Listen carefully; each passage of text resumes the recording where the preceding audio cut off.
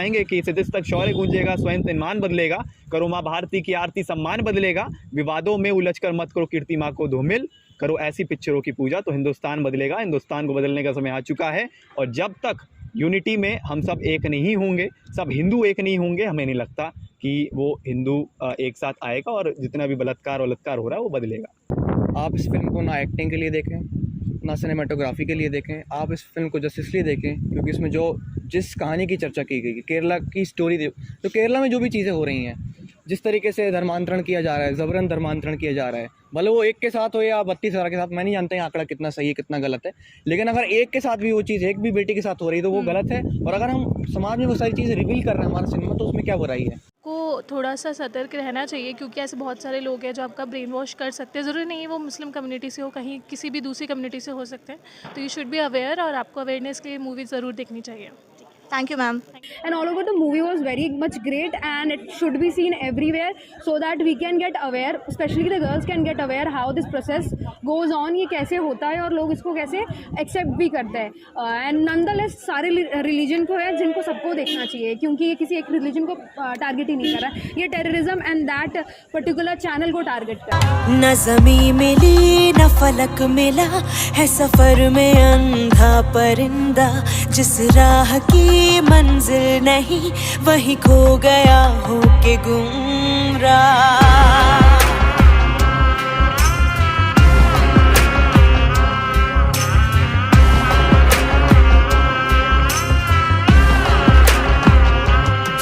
न ज़मीं मिली न फलक मिला है सफ़र में अंधा परिंदा, जिस राह की मंजिल नहीं वहीं खो गया हो के गुमराह।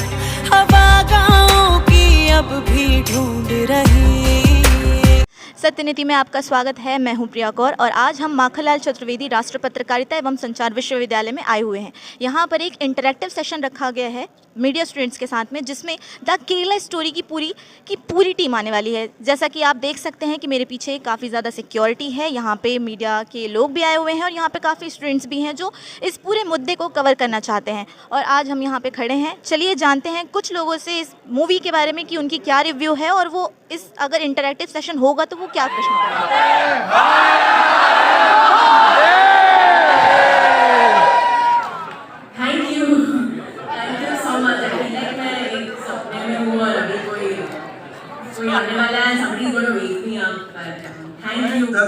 हमारी सबकी इज्जत है और उसके साथ किसी की खिलवाड़ करना हमें बर्दाश्त नहीं है।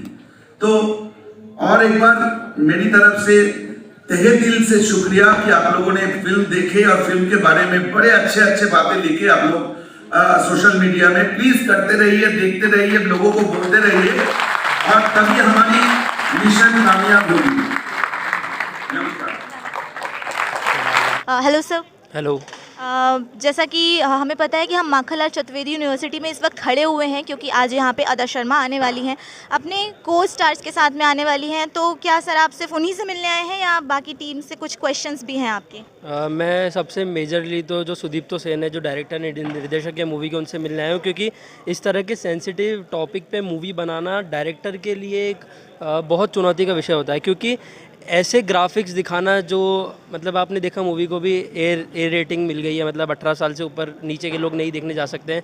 तो निर्देशन जो है, डायरेक्शन जो है वो कितना ज़्यादा डिफ़िकल्ट होता है। और एज एन एक्टर अदा शर्मा से पूछना चाहूँगा कि उन्हें सोशल मीडिया पे काफ़ी ज़्यादा बैकलैश मिल रहा है, तो वो इस चीज़ को किस तरीके से डील कर रही है। मैंने मूवी देखी, मुझे पर्सनल मेरा ओपिनियन है मूवी काफ़ी ज़्यादा अच्छी लगी। वो किसी धर्म को टारगेट नहीं कर रही है, वो आईसिस एक ऑर्गेनाइजेशन को टारगेट कर रही है जो कि टेरर ऑर्गेनाइजेशन है, जो पूरे देश दुनिया में हमने देखा है कि उन्होंने काफ़ी सारी टेरर एक्टिविटीज़ करी है और उनका खंडन करना ज़रूरी है, उनका विरोध करना ज़रूरी है। अगर लोग उसे भी सपोर्ट कर रहे हैं कि आईसिस सही है, तो मुझे लगता है कि उनकी मानसिकता में कोई खराबी है। को थोड़ा सा सतर्क रहना चाहिए क्योंकि ऐसे बहुत सारे लोग हैं जो आपका ब्रेन वॉश कर सकते हैं। ज़रूरी नहीं है वो मुस्लिम कम्युनिटी से हो, कहीं किसी भी दूसरी कम्युनिटी से हो सकते हैं। तो यू शुड बी अवेयर और आपको अवेयरनेस के लिए मूवी ज़रूर देखनी चाहिए। जैसा कि हमने सुना है कि ये इंटरैक्टिव सेशन होने वाला है, इसमें आपका क्या कहना है? क्या आपके कुछ क्वेश्चंस हैं जो आप उनसे पूछेंगी? बिल्कुल, मुझे लगता है ऐसे इश्यूज़ पर जब मूवी बनाने की जब एक डायरेक्टर सोचता है तो अपने आप में इस सोच के साथ आगे आना ही एक बहुत बड़ी बात है। फिर उसकी पूरी संरचना होती है, उसका पूरा कास्ट, प्लॉट और मूवी को आप जब धरातल पर वो मूवी आती है, उसके बाद जब लोगों के बीच पहुंचती है तो लोगों का परसेप्शन भी उस मूवी को लेकर अलग अलग तरीके का होता है। तो डिफरेंट क्वेश्चंस आएंगे।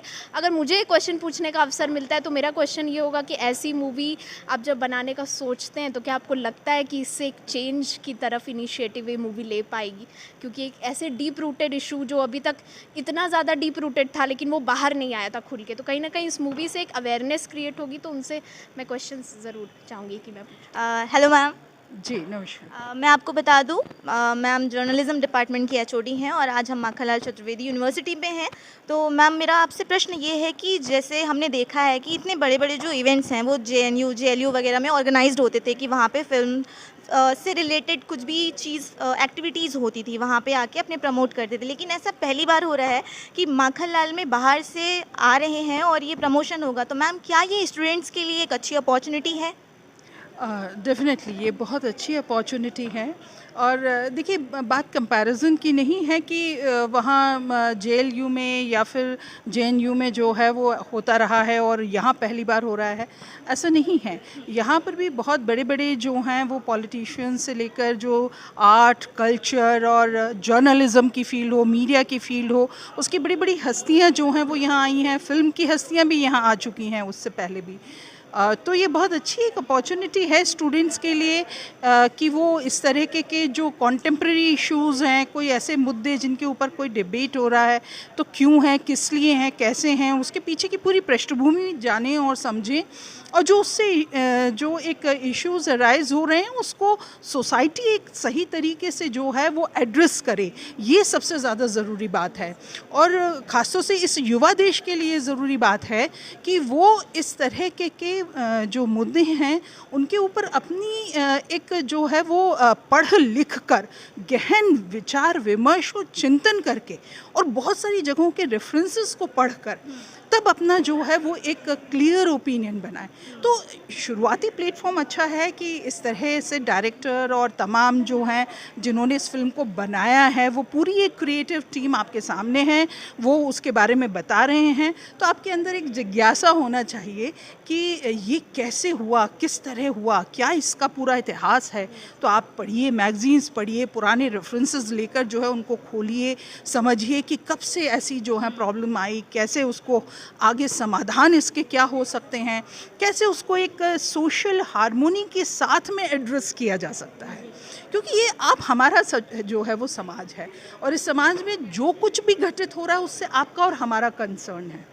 तो ये बहुत अच्छी एक अपॉर्चुनिटी है और ऐसा तो हमेशा होना ही चाहिए।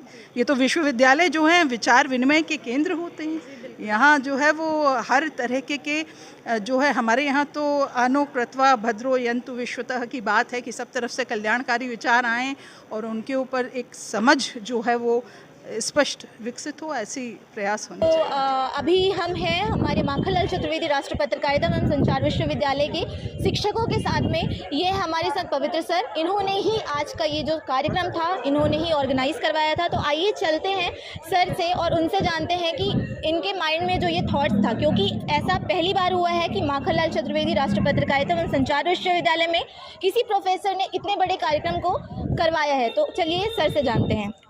देखिए, इस प्रोग्राम को तो लाइनअप हमारे विश्वविद्यालय का वाइस चांसलर सर ने किया था। फिर उन्होंने मुझसे कहा कि बच्चों के लिए प्रोग्राम करना, कल शाम की 6 बजे की बात है। अभी 12 घंटे हुए और हम लोग एक सक्सेसफुल प्रोग्राम कर चुके, सब आप लोगों के कारण कि आप सारे बच्चे यहाँ पर आए और आप लोगों ने इस प्रोग्राम को इतने अच्छे से सुना, देखा, इसको एंजॉय किया, इससे बहुत सारी चीज़ें सीखी। तो यूनिवर्सिटी चाहती है कि बच्चों को ओरिएंटेशन हो, उनका एक्सपोजर हो, सिनेमा इंडस्ट्री में जो भी लोग हों वो यहाँ पर आएँ, सीधे बच्चे उनसे रूबरू हों। एक अलग किस्म की प्रैक्टिस होती है, इससे थ्योरी से हट के हम सीधे प्रैक्टिकल पार्ट के ऊपर शिफ्ट कर जाते हैं। ये उसका एक फ़ायदा होता है। इसके पहले कश्मीर फाइल्स का भी एक स्क्रीनिंग हमारे यहाँ हुई थी, बच्चों से संवाद हुआ था। देखिए, दोष में पिछले 1 साल में 2 फिल्में बड़ी चर्चा में रही हैं, कश्मीर केरला स्टोरी, और दोनों ही के पूरी क्रू मेंबर्स, पूरी टीम हमारे विश्वविद्यालय में आई है। बहुत बड़ी बात है।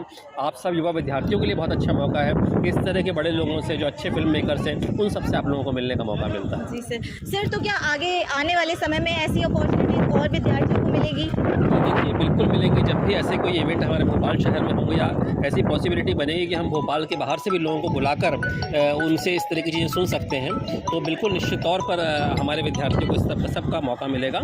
और सारे विद्यार्थियों को जब भी कोई अच्छी फिल्म, अच्छे कैमरामैन भोपाल में होंगे या हम उनको यहाँ बुला सकते होंगे तो आपके बीच में ज़रूर लेके आएंगे और आपका सीधा संवाद उनके साथ में करवाएंगे।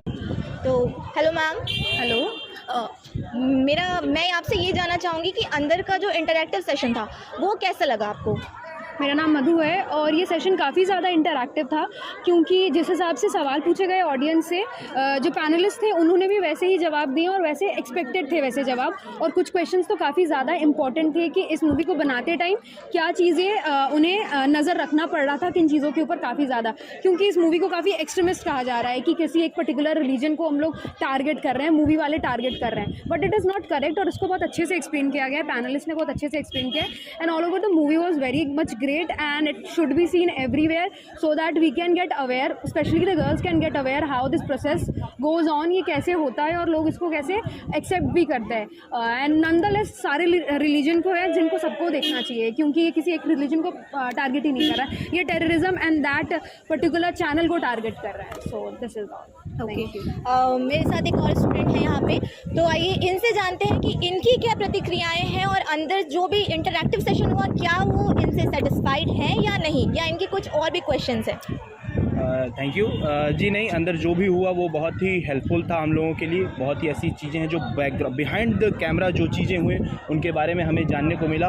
और एक सबसे बड़ी चीज़ है, जब भी इस तरह की कोई भी मूवी आती है तो लोग एक मन में धारणा बना लेते हैं जैसे कि रिलीजन, एक खास रिलीजन को किसी न किसी टारगेट करने लगते हैं। तो ये जो खास रिलीजन को टारगेट करते हैं, इसमें ये बताया गया है, इसमें डायरेक्टर ने भी ये बात बताई कि हमें ये चीज़ समझनी चाहिए कि ये हिंदुइज़्म या मुस्लिम या किसी कोई रिलीजन को टारगेट नहीं किया है, ये नेशनलिज्म वर्सेस टेररिज्म, ये टेररिस्ट के खिलाफ ये चीज़ें हैं। ये एक आह्वान कह लीजिए या एक टेररिस्ट को हमारे देश से जड़ से उखाड़ फेंकने में एक आहुति का काम करे। मेरा प्रश्न आपसे रहेगा कि अंदर जो भी सेशन हुआ, कहा जा रहा था इंटरैक्टिव सेशन है, लेकिन इस बीच काफ़ी ज़्यादा जय श्री राम के नारे सुने गए।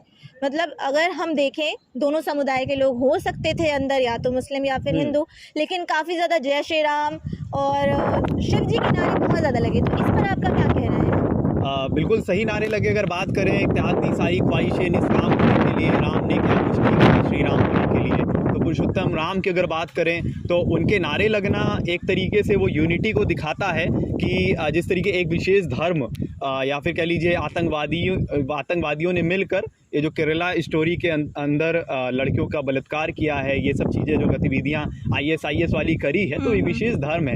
अंदर कह सकते हैं सभी धर्म के लोग होंगे, लेकिन अल्लाहू अकबर आपको तभी सुनने को मिलेगा जब कहीं ईंटा फेंकने जाते हैं ये लोग या कहीं थूकने जाते हैं। ऐसे आपको अल्लाहू अकबर सुनने को नहीं मिलेगा। और जब इन लोग का क्या है, जब ये थोड़े से तिनके बराबर होते हैं ना तो ये शांत रहते हैं। योगी जी ने भी कहा है, जब तिनके बराबर होते हैं शांत रहते हैं। जब ये 30% हो जाते हैं इनकी असली औकात इनकी, तब पता चलती है कि हाँ अब मेजॉरिटी में है। अगर अंदर मेजॉरिटी में मुसलमान होता तो जय श्री राम के नारे नहीं दिखते, आपको अल्लाहू अकबर या इला इल्लल्लाह मोहम्मद रसूलुल्लाह सुनने को मिलता। प्रश्न मैं आपसे एक और करना चाहूँगी कि जिस तरह से ये मूवी कंट्रोवर्शियल इतनी ज़्यादा चल रही है, अभी हाल फिलहाल में जैसा कि हमें पता है कि कोलकाता में बैन हो गई है। अभी यूके की एक खबर आई थी 2 दिन पहले, कल की खबर है कि वहाँ लगी, उसके बाद उन लोगों ने वापस भेज दिया और पैसे भी रिटर्न कर दिए। तो इस पर आपका क्या कहना है? उनकी व्यक्तिगत आस्था है। अगर उनको लग रहा है कि हमारी बेटी के साथ होना चाहिए आगे आने वाले टाइम पे, तो हटा ले रहे हैं। जब उनकी बेटी के साथ होगा तब उनको पता चलेगा ना हटाने का क्या निर्णय, बाद में उनको पता चलेगा कि हाँ अब हमने हटाई है, अब मेरी बहन बेटी के साथ हो रहा है। तो उसमें उनका हटाना कह सकते हैं, हो सकता है मुसलमान आबादी ज़्यादा हो इसलिए हटाना पड़ गया, राजनीतिक किसी तरीके दृष्टिकोण वहाँ पे पड़ रहा हो इसलिए हटाना पड़ गया। तो क्यों हटाया, क्या हटाया, उसके बारे में इतना नहीं पता। लेकिन हाँ, जो भी जैसे वेस्ट बंगाल में बैन करी गई है, आप कर्नाटका में इसको नहीं दिखाया जा रहा है, तो वो एक तरीके से वो मुसलमान को लुभाने के लिए कर रहे हैं, लेकिन ज़्यादा देर लुभा नहीं पाएंगे। हिंदू को जागना पड़ेगा, आज नहीं कल नहीं जागेगा, क्योंकि जैसे ही हिंदू राष्ट्र बनेगा उसके बाद इनके मुंह पे तमाचा भी रहेगा और इनको दबाना भी पड़ेगा। तो मुसलमानों को दबाने का संकल्प लें। और आगे इतना ही कहना चाहेंगे कि सिदिस तक शौर्य गूंजेगा, स्वयं सम्मान बदलेगा, करो माँ भारती की आरती सम्मान बदलेगा, विवादों में उलझकर मत करो कीर्ति माँ को धूमिल, करो ऐसी पिक्चरों की पूजा तो हिंदुस्तान बदलेगा। हिंदुस्तान को बदलने का समय आ चुका है। और जब तक यूनिटी में हम सब एक नहीं होंगे, सब हिंदू एक नहीं होंगे, हमें नहीं लगता कि वो हिंदू एक साथ आएगा और जितना भी बलात्कार हो रहा है वो बदलेगा। बिल्कुल, बहुत सही, इन्होंने बहुत अच्छा कहा। इसके बाद हम आते हैं आप पर। सर, मेरा प्रश्न आपसे ये है कि जैसा कहा जा रहा है कि इस मूवी पे जिस तरीके से अदा ने काम किया है तो वो बहुत ज़्यादा अच्छा नहीं है, पसंद नहीं किया जा रहा है, लेकिन कुछ लोग उसी को जस्ट सराह रहे हैं, कुछ लोग कह रहे हैं ब्लॉकबस्टर है और कुछ लोग कह रहे हैं कि ये एक राजनीतिक का हिस्सा बन के रह गया है क्योंकि चुनाव आ रहे हैं। तो इस मुद्दे पर आप क्या कहना चाहेंगे? देखिए, जहाँ तक फिल्म की बात है, आप इस फिल्म को ना एक्टिंग के लिए देखें, ना सिनेमाटोग्राफी के लिए देखें, आप इस फिल्म को जस्ट इसलिए देखें क्योंकि इसमें जिस कहानी की चर्चा की गई, केरला की स्टोरी तो केरला में जो भी चीज़ें हो रही हैं, जिस तरीके से धर्मांतरण किया जा रहा है, ज़बरन धर्मांतरण किया जा रहा है, भले वो एक के साथ हो या 32,000 के साथ, मैं नहीं जानता ये आंकड़ा कितना सही है कितना गलत है, लेकिन अगर एक के साथ भी वो चीज़, एक भी बेटी के साथ हो रही है तो वो गलत है। और अगर हम समाज में वो सारी चीज़ें रिवील कर रहे हैं हमारा सिनेमा, तो उसमें क्या बुराई है? एक तरफ हैदर जैसी मूवीज़ भी तो बन रही हैं, आप तो कुछ नहीं बोलते, लेकिन अगर जब रियलिटी जब लोगों को दिखाते हैं तो कुछ लोगों को कड़वी लगती है वो सच्चाई, वो लाजमी वो चीज़ होगी। बंगाल में ममता बनर्जी ने मूवी बैन कर दी। अब यही 3 महीने पहले अगर हम बंगाल में देखें तो जब पठान रिलीज़ हुई थी, शाहरुख खान की मूवी, तो शाहरुख खान ने आके क्या बात कही थी वहाँ पे मंच में? उसी सेम मंच में अमिताभ बच्चन भी मौजूद थे, ममता बनर्जी भी मौजूद थी। उन्होंने ये बात बोली थी कि जितने भी पॉजिटिव लोग हैं वो सब जिंदा हैं, वो मूवी देखेंगे। अमिताभ बच्चन जी वहाँ पर फ्री स्पीच की बात कर रहे हैं, उधर ममता बनर्जी फ्री स्पीच का इस तरीके से समर्थन करेंगे कि अपने राज्य में उन्होंने मूवी बैन कर दी। मूवी क्या है? माध्यम ही है ना फ्री स्पीच का, सही बात है, अभिव्यक्ति की आज़ादी का। तो आप मूवी बैन नहीं कर सकते। और आप सोचिए, कल्पना कीजिए कि कोलकाता की बात करूँगी, जिस दिन ऑडियंस मूवी देखने के लिए गई, बीच में उनको पुलिस रोक देती है मूवी देखने के लिए, स्क्रीन्स बंद कर दी जाती हैं, अगले दिन मूवी बैन कर दी जाती हैं। और आप बंगाल में जितने भी शहर हैं उनकी आप अगर देखेंगे सिनेमा हाउसेस की, तो सारी टिकट्स बुक हैं। इतनी क्यों? मतलब कोई इतना तो फोर्स नहीं कर रहा किसी को मूवी देखने के लिए, लोग अपने से ही देख रहे हैं मूवी, तो क्यों देख रहे हैं? लोगों के अंदर भी कहीं ना कहीं वो चीज़, लोगों के अंदर भी लोगों को लग रहा है कि वो चीज़ सच्चाई दिखाई गई है इस मूवी के अंदर, तो मूवी को तो समर्थन करना ही चाहिए। और जो लोग भी इसमें एजेंडा ढूंढने की कोशिश कर रहे हैं, अगर आप मूवी में प्रोपेगेंडा, आप प्रोपेगेंडा शब्द काफी ज्यादा प्रयोग किया जा रहा है, अगर आप प्रोपेगेंडा सोच के जाएंगे मूवी देखने, तो आपको प्रोपेगेंडा ही मूवी देखने को मिलेगा और कुछ नहीं देखने को मिलेगा। लेकिन आप खाली दिमाग से मूवी देखनी चाहिए, तब आपको। लेकिन ये सिर्फ ऐसा क्यों हो रहा है कि ये एक भाजपा पक्षीय मूवी बन के रह गई है? जैसा आप देख सकते हैं कि मध्य प्रदेश में शिवराज सरकार ने इसे टैक्स फ्री कर दिया आने के कुछ दिन बाद, नरेंद्र मोदी जी ने भी इसके लिए काफ़ी बड़े बड़े बयान दिए हैं, वहीं पे सीएम योगी भी इसका काफ़ी ज़्यादा समर्थन कर रहे हैं। लेकिन और बाकी क्षेत्रों में अगर देखा जाए जहाँ पे कांग्रेस की सरकार है, वहाँ पे ऐसी कोई भी चीज़ें सामने नहीं आ रही है, तो इसके पीछे आप कुछ कहना चाहेंगे? देखिए, पॉलिटिकल वोट बैंक एक चीज़ होती है, चाहे पक्ष हो चाहे विपक्ष हो, दोनों अपना अपना हित साधने में लगे रहते हैं, कहीं से भी उनको अगर वो चीज़ मिलती है।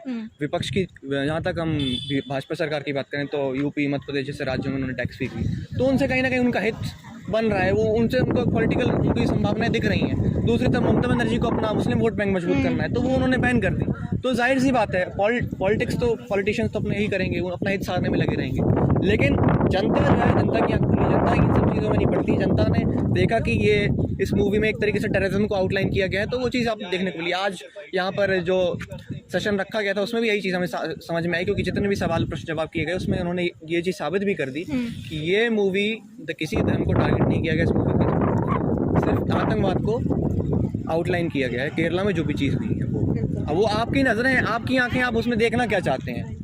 भाई मुसलमान की भी बात है, तो आप जो गंदे लोग हैं उनका क्यों लोग समर्थन कर रहे हैं? बताइए, अतीक अहमद मरा तो उस पर क्यों लोग खुशी मना रहे हैं कई लोग? सही बात है।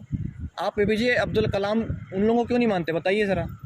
आइडियल तो ये लोग हैं ना, मुस्लिम में भी हम किसी का धर्म के विरोधी नहीं है, लेकिन जो आइडियल लोग हैं आप उनका वो करिए ना, उनका समर्थन करिए। बुराइयाँ तो हर जगह, हिंदू धर्म में बुराई, आप धर्म को जोड़ना ही नहीं चाहिए। हिंदू धर्म हो, मुस्लिम धर्म हो, कोई भी धर्म हो, कोई भी कौम हो, अच्छाई बुराई हर जगह होती है।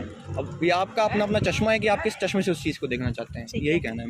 Thank you so. तो आज के इस इंटरैक्टिव सेशन से हमने जाना कि फिल्म को लेकर विद्यार्थियों की क्या विचारधारा रही। कैमरामैन अमन श्रीवास्तव के साथ मैं प्रिया कौर, सत्यनीति भोपाल।